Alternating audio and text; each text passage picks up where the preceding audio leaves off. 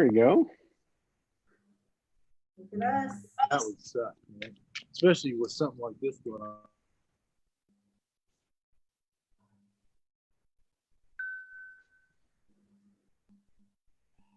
There it goes. Hey. Right. Good thing I'm an IT guy, I guess. Let's be honest, Vanessa, that's not Diet Coke. Yeah. It's not Diet Coke.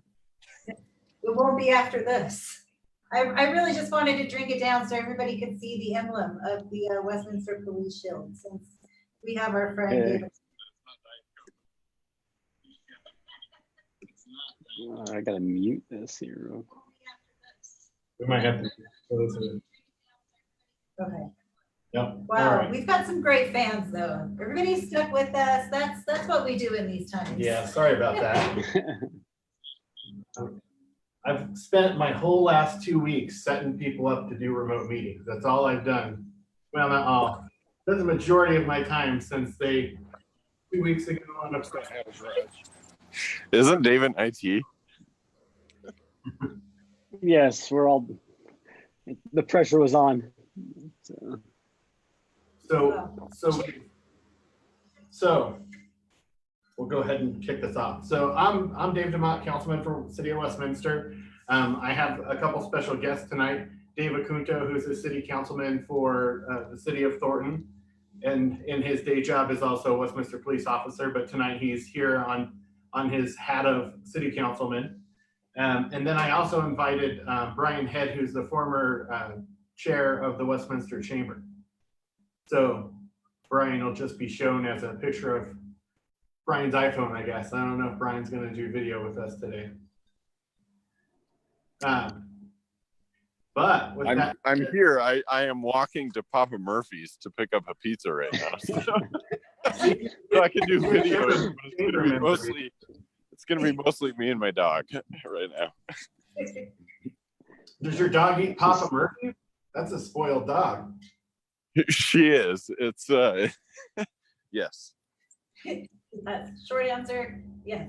So this is a little more frequent than the normal policy in Pilsner. I'll probably be doing these once a week, but since we're all well, even more so now with the stay-at-home statewide, we're all kind of prisoners in our own home. I won't say the name of the former council person, but I was talking to a former councilman today, and he said he was going to go get 5280. He told me he felt like he was escaping from Alcatraz. So I know who you're talking about. we're not good.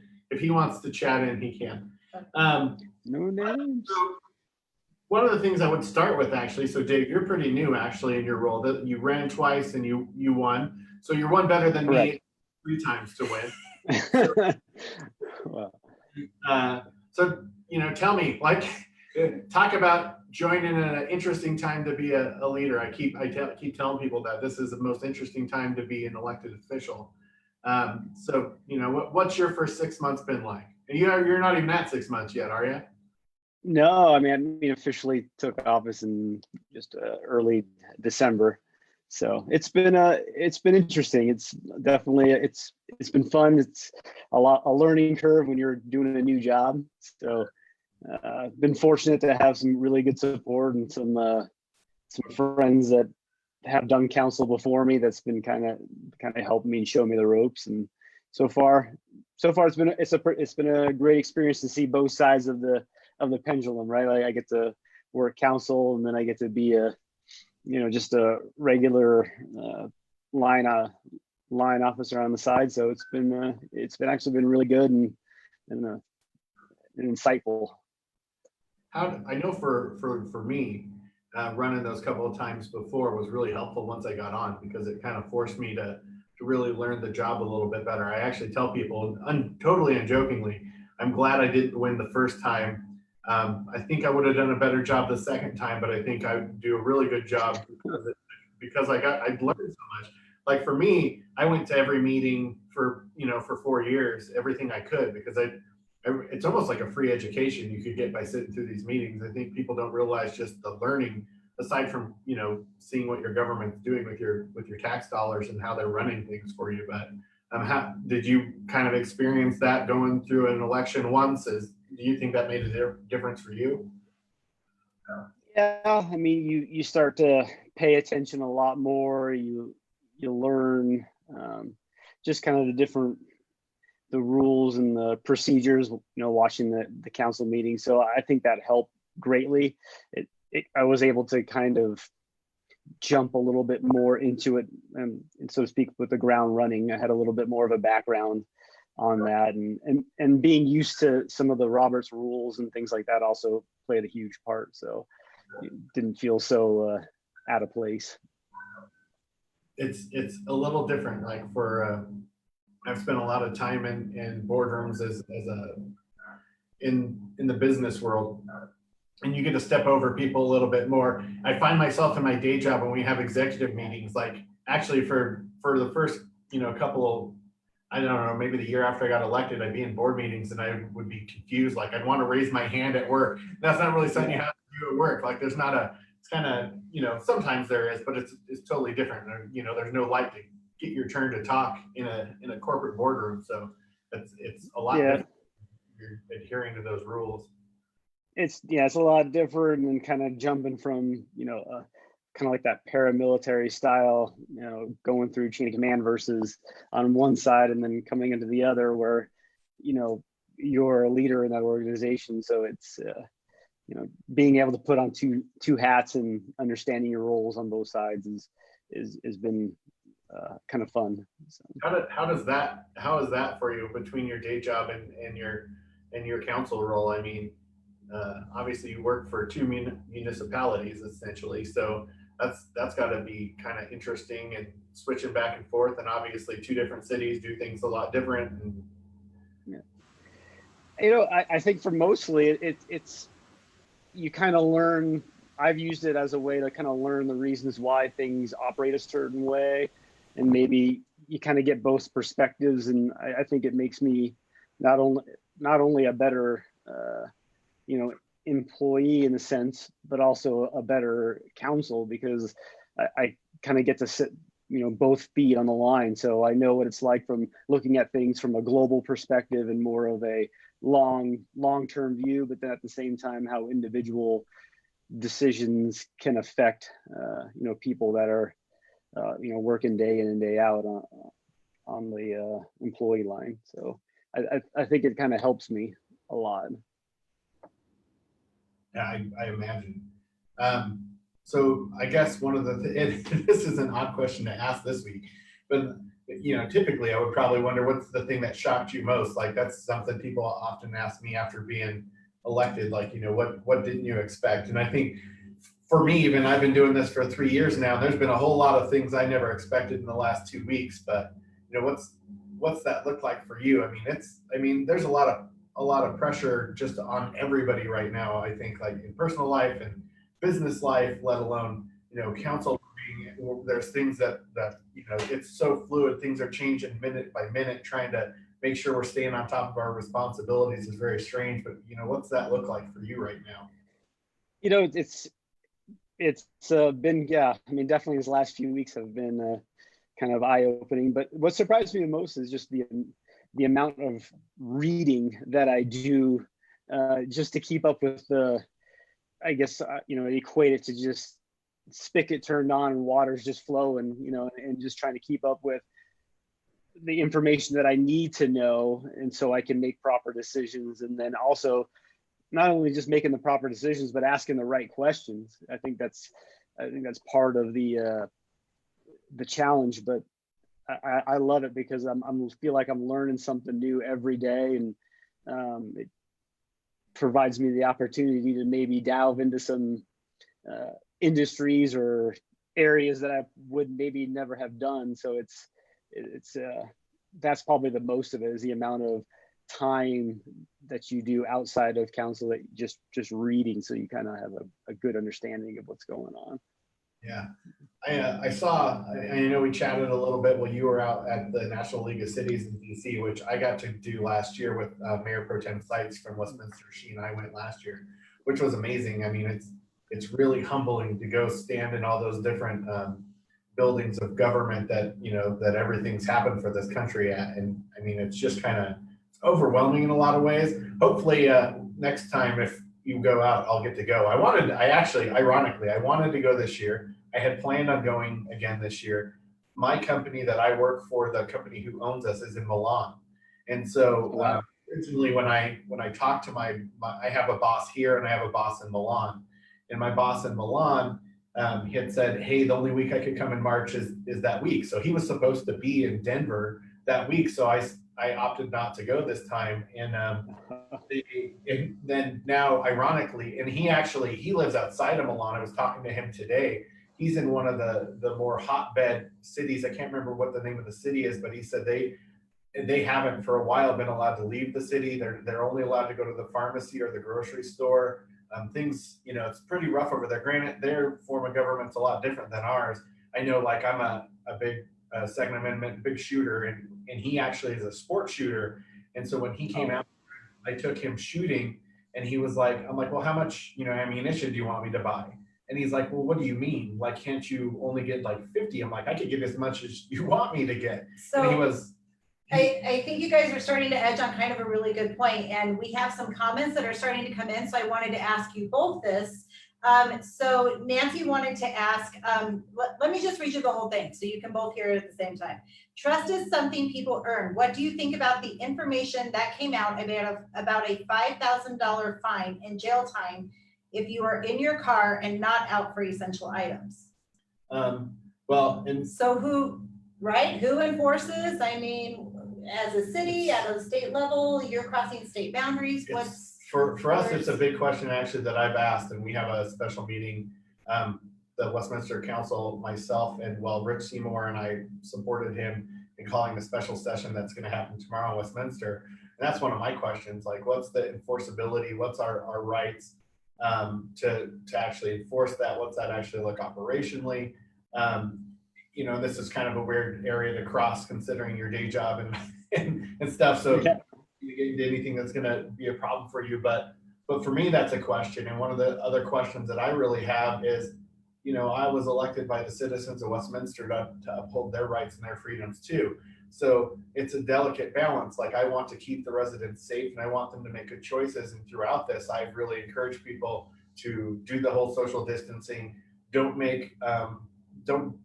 do unnecessary things that could put other people at risk or yourself at risk that aren't needed. Because I think in a free society, which I do, it's a dangerous thing, but it's also personal accountability. I've seen, unfortunately, a lot of people doing things that aren't, practicing that personal accountability, but it's still a hard balance. And that's my view on it. And I have a lot of questions for our city about that. And I don't know, in your role as a council person, like, what those conversations have looked like. And a lot of this has happened so rapidly that you're probably like us, where we haven't even got to meet about it yet. Yeah, I mean, that's exactly. I mean, it's just starting to come out, so we're really just starting to gather and assess information.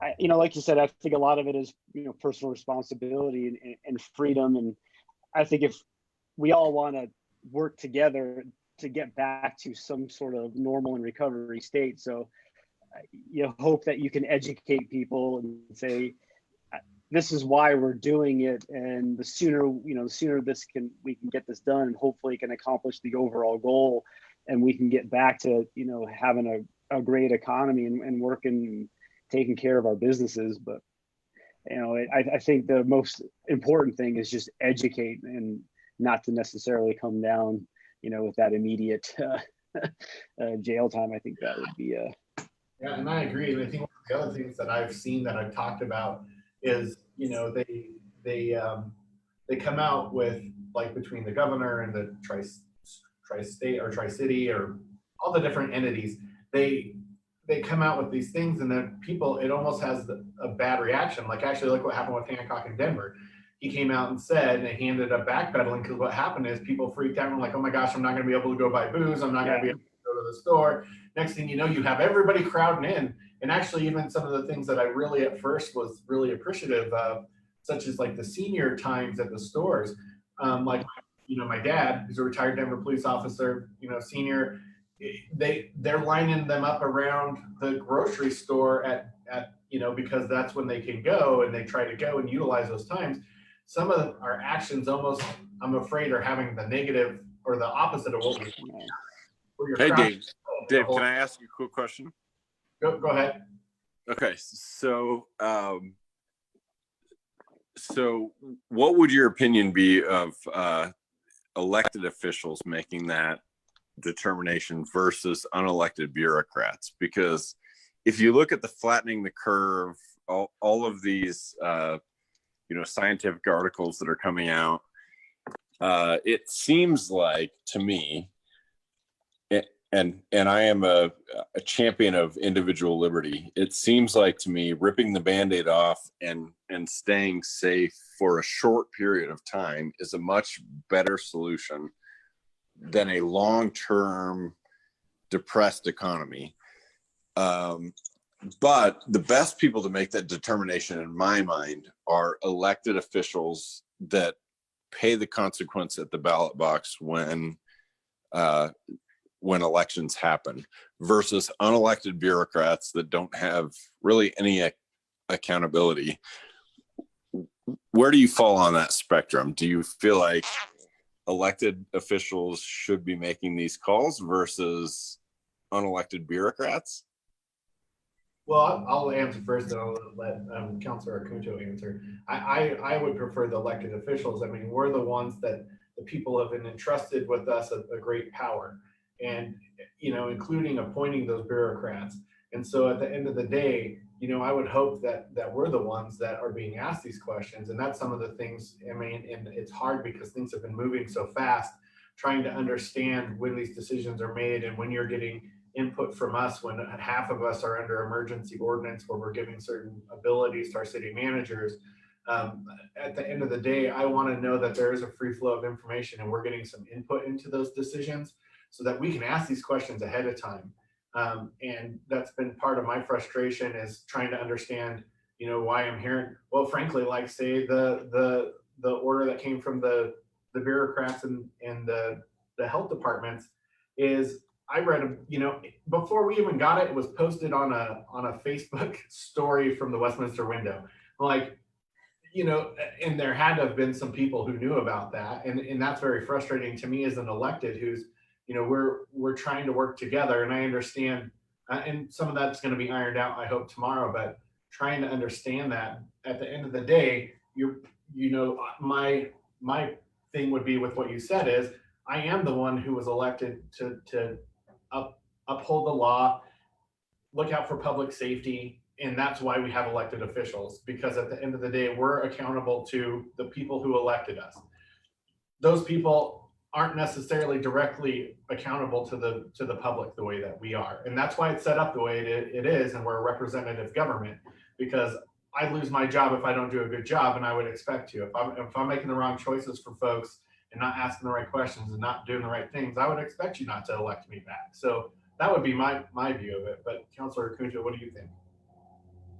Yeah, I'd probably echo what you just said. I mean, that's probably the hardest part, right? Because you want that free flow of information. You want to have that input on the decisions that are being made. And I think everything's kind of happening so quickly.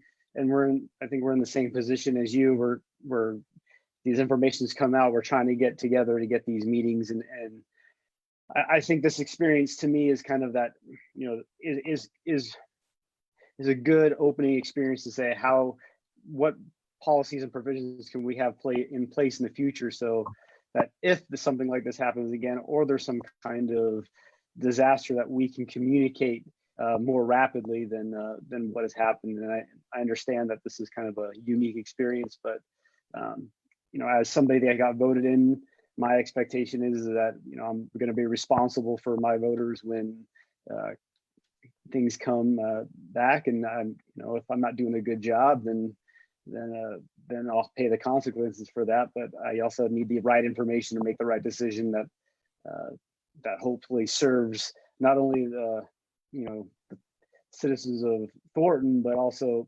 is legal and by policy, and I think that's a good thing. So that's probably been the hardest part, but hopefully that'll start changing here very soon. know, there's public safety. We all got that Yeah. about the same We're all time. getting the alert. So, Let the panic begin. so as a follow-up to that, both of you as elected officials would be comfortable making that decision to shelter in place if you felt like it protected the individual rights of folks not to be infected with whatever is going around, if you felt like the free flow of information was appropriate and it was in the best public interest. I would say, yeah, not unjokingly, we've had a discussion here at my house about like, what if it was like Ebola or something like that? Like, there are situations where we need to take drastic action, but I need to understand the information in order to say, is that where we're at? Because like I was actually texting with Brian this morning, or earlier today, not this morning, probably a couple hours ago, about my concern about limiting people's freedom. Is freedom's a lot harder to get back once you've given it away, and that's always a concern of mine. Is like, what is the timeline, and what is the timetable on what, you know, what we're doing, how long it's going to last, what the benchmarks are to say, okay, we're done with this. That's my view of it, but I would be comfortable doing it as long as I had the correct information in front of me that says, this is where we're at to protect the people that you represent. And I think that's one of the things they would expect of us. And I have seen some of that from some people where they're like, absolutely shut it down. You know, but I want to make sure that that's where we're at. And that's the hard thing with how fast things have been moving, to make sure that I have that information, that I'm comfortable, you know, that the feedback for our city has been given up to these groups. Yeah, I mean, go ahead. I think any reasonable, you know, adult would, given the right information, that if this is an action that can be taken that will not only protect life but also expedite the recovery process, I think that that's a reasonable decision to make. It's just, you know, making sure that we have the correct information and then that's flowing through the proper channels.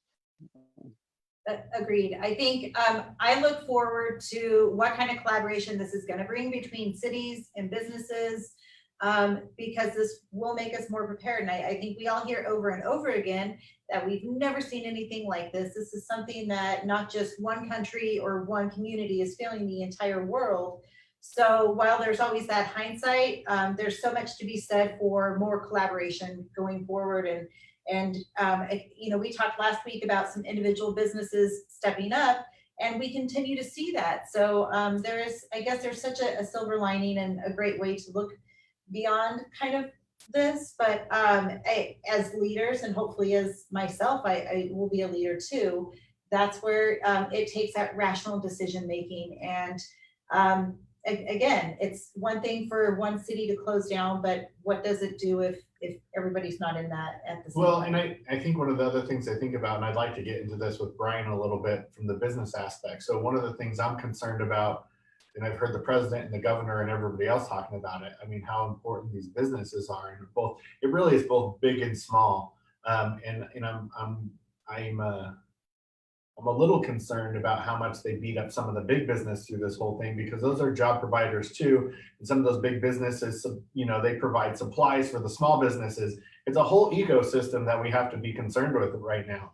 It's, you know, it's the entire world that's being affected by this. And it knows no difference between the small business and the big business.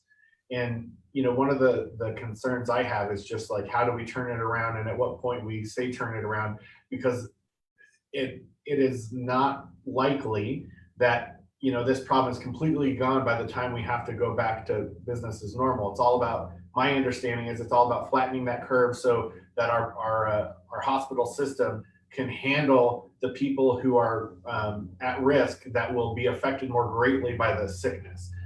You know, all likelihood, we're young and we're healthy, so we may not be affected as much, most likely, but I've heard of cases where people are that are younger that are, you know, everybody's a little different, but, you know, that's what it's about to me. So trying to understand that we have a good plan forward that's going to allow business to get back, because at the end of the day, the consequences for that not happening could be worse than, than what we're dealing with now. And so we have to be pretty mindful of that in my mind. And so I'm curious from both of you, both Brian and Councilor Acunto, what your thoughts on that are.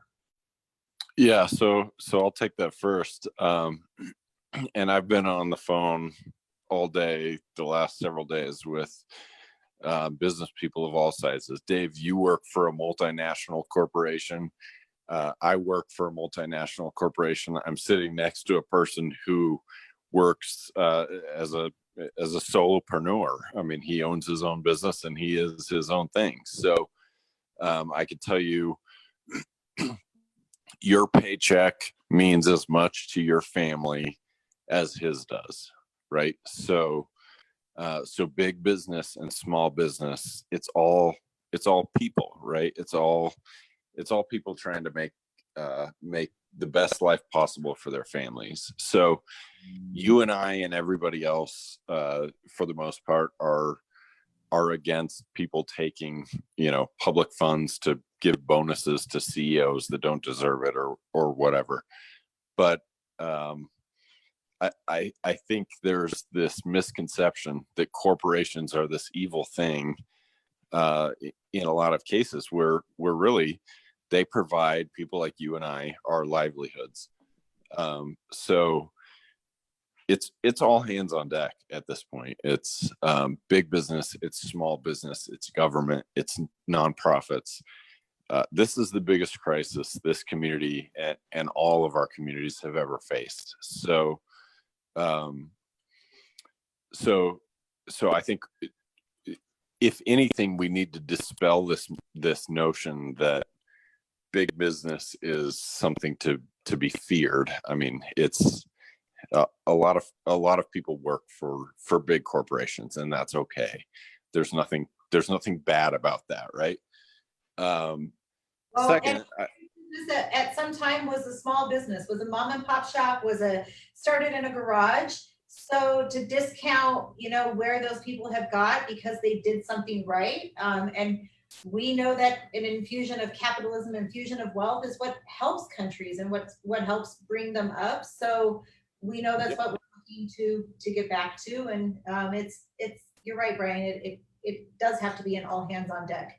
Government has never provided the solution, but they can be a great connector and definitely remove those boundaries and things that we're seeing right now. Well, absolutely. And the biggest success, I would say the biggest successes that you're going to see out of this whole pandemic and this whole crisis, the biggest successes that we've seen so far, and I promise you the biggest successes that we will see in the future, are government repealing unnecessary regulations that limit business from doing what it does best, which is innovating and solving people's problems. So as more and more regulations get repealed, and certainly there should be oversight. None of us are saying that there should not be oversight, but as these regulations are being repealed, we're seeing faster testing, we're seeing faster medication to market, we're seeing just overall faster solutions to problems. So the best thing government can do is get out of the way. To deny some of these medications if they don't feel they're the right ones. So you still have your choice and your liberties that I guess everybody still incorporates into those skills and into their professions. So I guess it's a great time to learn where everything lands. Brian, I think there was a meeting earlier today between the president of the chamber, Juliet, and one of her board members, and really just talking about online business and what that means and what that model looks like. So, I'm curious with, counselors and such and the business community, what do you think that looks like in the future for some of your businesses that were able to move online and kind of say, wow, there's a lot of places we can save money. There's a lot of overhead we don't need. What could that mean for cities? What can you do to some of those resources if you've had to move people online? That might be too into the weeds for you guys if you don't deal with employees, but just curious, what that can save money. That's a great thing. Yeah. No, that's a great question, Vanessa. And actually, I'll give a shout out to Tracy Kraft Tharp, who it holds the seat that you're running for currently, and her sales tax simplification task force. They are making great strides in making sales tax easier for businesses to understand, and that's a great thing that you absolutely should consider when you hold her seat. That she's doing for businesses. It's the chamber and other groups are trying to make it easier for businesses to understand how to interact with customers that don't necessarily lie in their geographic region, because we all know with Amazon and everything else that your customer could be in, Panama, Florida, and you're here in Colorado. It's a different world than it was 20 years ago. So we have to adapt to that. Government needs to adapt to that. Government needs to be innovative and encourage businesses to grow outside of their boundaries. And they need to get out of the way when it comes to enabling businesses to expand beyond the borders of just their zip code. Well, and a couple of things on that real quick, and I want to give Dave a chance to talk into it, is like for me, there's a couple of things that I've been looking at. One is like my business, we're trying to figure out how do we adapt to this new reality that we have right now. And we don't know, is this, long term? What does this look like? And really, how can we make business better so we come out of the other end of this a little more innovative? And, I've seen a lot of different things with regulations being cut so that we can come up with some solutions that help the problem, which I think is great. Like if it's, people being able to make masks, Ford being able to make ventilators, there's all sorts of great things coming out of the business community to help. Locally here, I've really tried to encourage people to support local businesses, and the way that I'm seeing businesses adapt. And obviously they're not making the same income that they could normally, but that's really important both for that whole, it's a big, big ecosystem in our businesses. And that affects everything. Like some of the projections that I'm seeing that the state thinks, 30% of their general fund, that's going to hit our cities, Thornton and Westminster. And Westminster obviously hits Dave in a couple different areas. But if you're talking, the state's thinking 30% out of a city budget is, it's pretty staggering. So, one thing that I've really encouraged people is where you can support those local businesses that are doing Drive Up or doing DoorDash or whatever. My family's had a restaurant, Pietra's Pizza in Wheat Ridge. They've been there, since the 60s, and they're innovating. They're doing a thing where they're partnering with 5280, and I'll give it a little plug, 5280 Produce, where you can go buy pizza, you can buy a box of produce. We went and did that, and it was great produce, and that's a great way that they're partnering with two organizations to, basically continue business to feed the families that work for them. So, Dave, what do you think about that? Because obviously you have some challenges coming up for you in a couple different areas because of this, just like the rest of us. Yeah, absolutely. And I'll kind of jump backwards a little bit. First, take a personal privilege to shout out my wife owns her own business. So if I may shout out her own personal business. So shout out to 88 Bookkeeping Services. Just a fantastic bookkeeper. I'm very fortunate to have a very intelligent wife who runs her own small business here in Thornton. So I'm definitely about supporting small businesses. I think it's very important. But also, again, big businesses, large corporations are just as important. If you look at latest information, Amazon, Walmart, all of them are hiring roughly about 150,000 people because of the increased demand on their warehouses, right? So those are primary employers that are hiring real people to take care of their family. So let's not put that evil kind of framework around them. Everybody's job is important. Everybody should be supported, and all that fun stuff like that. I think it's important for small businesses alike to reframe how they do business. Can you web conference consultations? Can you do seminars online? How can you take what you're doing on an in-person medium and then translate that to something that's effective online? And then during the recovery period, can you somehow work those two together and open up an entirely different revenue stream that maybe you didn't think about before because you're having to be forced to think creatively. I think those are all those business expectations that people are trying to grasp around. And I'm very not surprised, but I always love to see how innovative people can be when they need to be, and I think we'll see that a lot coming forward. Here's can I make a comment real quick? Oh, yep, go ahead. So Councilor Acunto, I want to donate to your wife a chamber membership. I know she's located in Thornton, but the Westminster Chamber is we're on the cutting edge of this stuff, and so if she would like to be a member, we will make her a member. I am sure she would love to be. So okay, Dave can connect the two of us. Well, awesome, thank you. And that's a good segue. So I had invited Juliet, the president of the Westminster Chamber, and I see she finally was able. So if she wants to say a quick word, Juliet, welcome. No, thank you, Dave, and thank you for hosting this. Sorry, it took me a second to hop on. I was on via Facebook Live, and then I got booted off. So this worked out pretty well. Excited to see what you guys have going on and how we can plug in if there's room for us. So I did come in right at the point where Brian was offering to buy a membership for someone. Thank you, Brian. And I look forward to seeing who that business is and how we can help them. Great. And so the reason I invited kind of Juliet and Brian is to kind of really actually talk about how, you know, people in our position can support local business. And I know that we originally had planned to have this at 6:30 and ended up not being until 8 because of technical difficulties, but we had pushed it back to 7:30 because the city of Westminster had done what they called the North Metro Business Alliance, I think is what they were tagged it.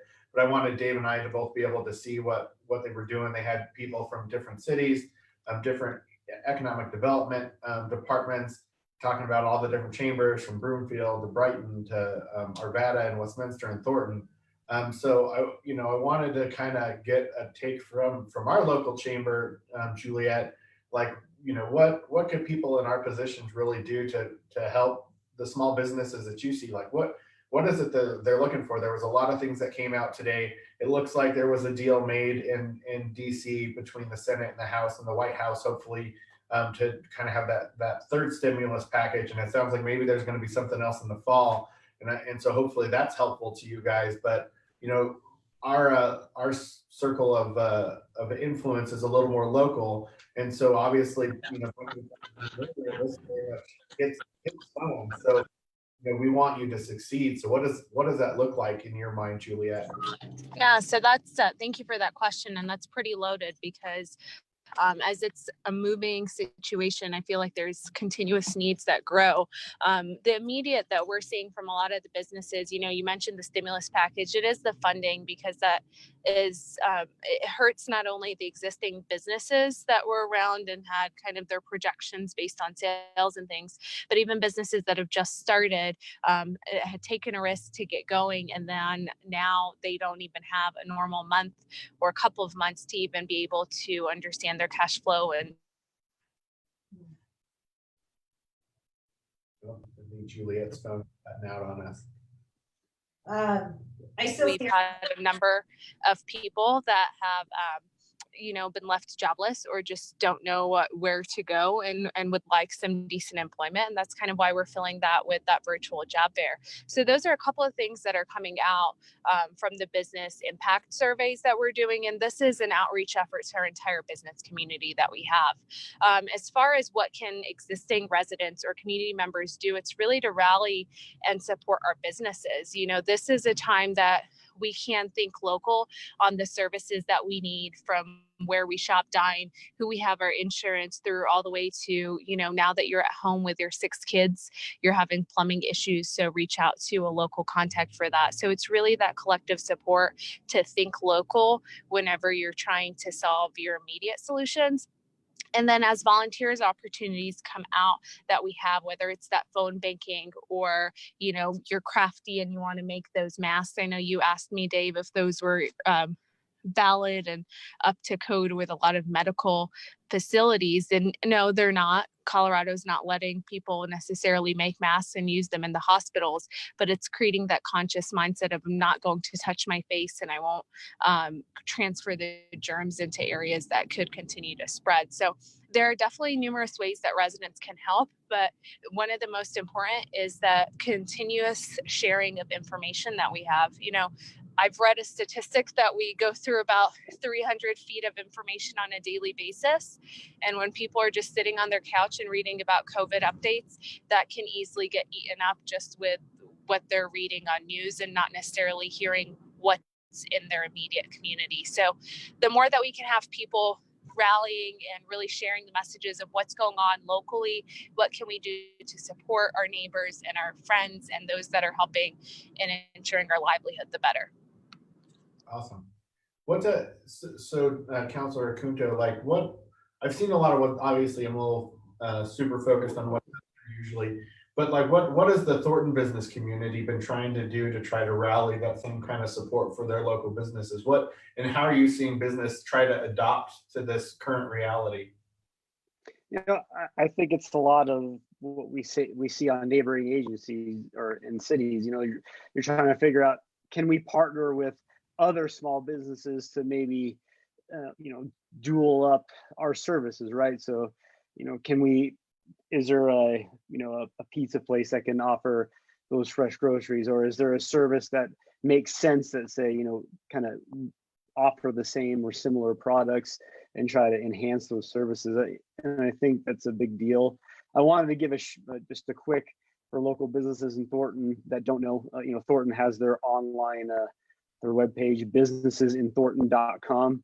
There's a whole bunch of resources there for the local small and big businesses alike, and resources on who to contact, who to reach out to, and things of that nature. So I think those are the biggest things, like anybody else, that immediate cash flow. How are we going to assess what we need if we're brand new? You know, what's the best way to go about navigate this right now? And that's that uncertainty, right? Like, when is this going to end? How soon? And, you know, what's those projections look like? So hopefully trying to ease some of those initial fears, I think is the biggest thing. So with that said, so we've been going a while, so I'm curious, before we wrap up, I'd like to kind of give you the floor to ask any questions or any topics that you wanted to cover. I've kind of driven the conversation a little bit. So I you know, what things were you hoping to get to talk about, or questions that you might want to raise with any of the people on here, or, you know, just things that you just want to share in general to anybody who might see this? Yeah, this is my first kind of experience doing this. So I want to first say thank you for kind of setting this up and inviting me. This has been really fun. I didn't necessarily have any kind of questions. I mean, I really kind of wanted to jump right in and kind of experience this firsthand, and I really enjoyed it. On a Saturday, as another personal page to me, I'm just doing a fun kind of, if you don't know me on a personal level, I really love to cook and bake. It's one of my pastimes and what I do and what we do with the family. So I just decided to do kind of a cooking with Councilman Acunto, just a really low key, just a general friendly conversation, and kind of see what's going on, and just have fun with it. Try to lighten things up. I know sometimes there's a lot of anxiety built up with uncertainty. So hopefully we can kind of have a little fun, a little laughs, little guest appearances by my, hopefully my wife wants to join me, and I'm sure my kids will want to help me bake and things of that nature. So that's kind of it. Again, just thank you for having me out here, and hopefully we can do this again, and I really enjoyed it. Yeah, no, absolutely. I think I actually did want to talk about cooking, because I know like we both have our of food, and I was so former Mayor Pro Tem Alberto Garcia and I he's kind of like my sponsor for being low carb. He and I, like, we report each other if we're not eating good, and I can tell you the reports have not been good for the last 2 weeks. Like, I'm trying to keep Fat Dave at bay. I haven't been able to go to the normal gym. I haven't behaved very well. Like, during the day, I'm good, I'm low carb, and at night I'm like, whatever, I'm gonna eat this pizza. I'm super stressed out. So I did want to mention that because that's been a funny conversation going between me and former Mayor Pro Tem Garcia, because I'm going to have to out him. He hasn't been very well behaved, and both he and I have had some pretty good results as far as our weight loss. So it's trying to make sure that those stick through however long this lasts is important. But I know that I always see that you make some pretty good looking food when on your Instagram. I see a lot of it. So I look forward to your cooking thing. Absolutely. I always look forward to it. And if you ever need I've watched you. You've always been inspiring as you go through, and was it Atkins, I believe is what you do, and you're taking that step. But don't forget, even though I cook and I display lots of healthy photos, don't forget that I just ordered a box of Krispy Kreme donuts delivered to my house. So I always make a point to take what I call self-care and enjoy my favorite donut, the glazed donut, and I thoroughly enjoy them. So it's important to take those breaks. I feel like this is a cop joke. That's a perfect cop joke right there. Hey, I'm T-balling it up for you, so I'm waiting for it. I don't know how better I can be at it. He's just doing his part. Former Chief Burke, I really like former Chief Burke. I got to know him really well through the Jessica Ridgway stuff, and as I ran for office, and a really great guy. And I remember anytime he would do the Citizen Academy, he'd say, "Well, of course I love donuts. Like, who doesn't love donuts? That's a stupid thing to say." I'm like, that's a really valid point, Lee. Very valid point. So maybe we need a donut and coffee, and not always a policy in Pilsner. When I was running, I used to do donuts with Dave, and then I chased Fat Dave away. So the donuts, I try not to eat them as much as possible. But well, before we wrap up, I want to give Brian and Juliet an opportunity if they have any questions for either of us. Brian, I'll let you go first, and then see if Juliet has anything, and maybe we'll wrap up. No questions, but I would say thank you both counselors and candidate Vanessa DeMont for doing this. This is these types of interactions with people are incredibly important, especially right now. It's a tough time. I was on the phone 3 different times today with businesses that are having to lay off employees, and I'm kind of at a loss after talking all day, but it is a tough time, and for you to be out there interfacing with not just voters, but just individuals, that's important, so thank you all 3 of you for doing this. It's important work. Keep it up. Listen to what people are saying. It's going to take a long time to recover from this, but we're going to get through it. Thank you, Brian. I will just kind of echo what Ryan shared. I think business community is going to come out stronger. I love the support that I'm seeing from counselors from numerous municipalities and from our own. So thank you, Dave, for kind of hosting this and making sure everyone was on this call. And like I said, I think we're going to come out stronger, and I'm optimistic to see how we can all work together as a cohesive community. And thank you for including me on this call. Absolutely. I think one of the things, and this is kind of cheesy, and I said this in our council meeting or call the other night, I see my campaign signs because we're in my garage, which is really a repository for, now 4 campaigns worth of stuff. And in my last campaign, I really went with the We the People, which made the most sense to me. And I have it tattooed on my arm. So that's how much I believe, that's our form of government. It's all about us stepping up and taking personal accountability. But one of my mini catchphrases on all my signs is, it says "We the People" and it says "Together we make Westminster."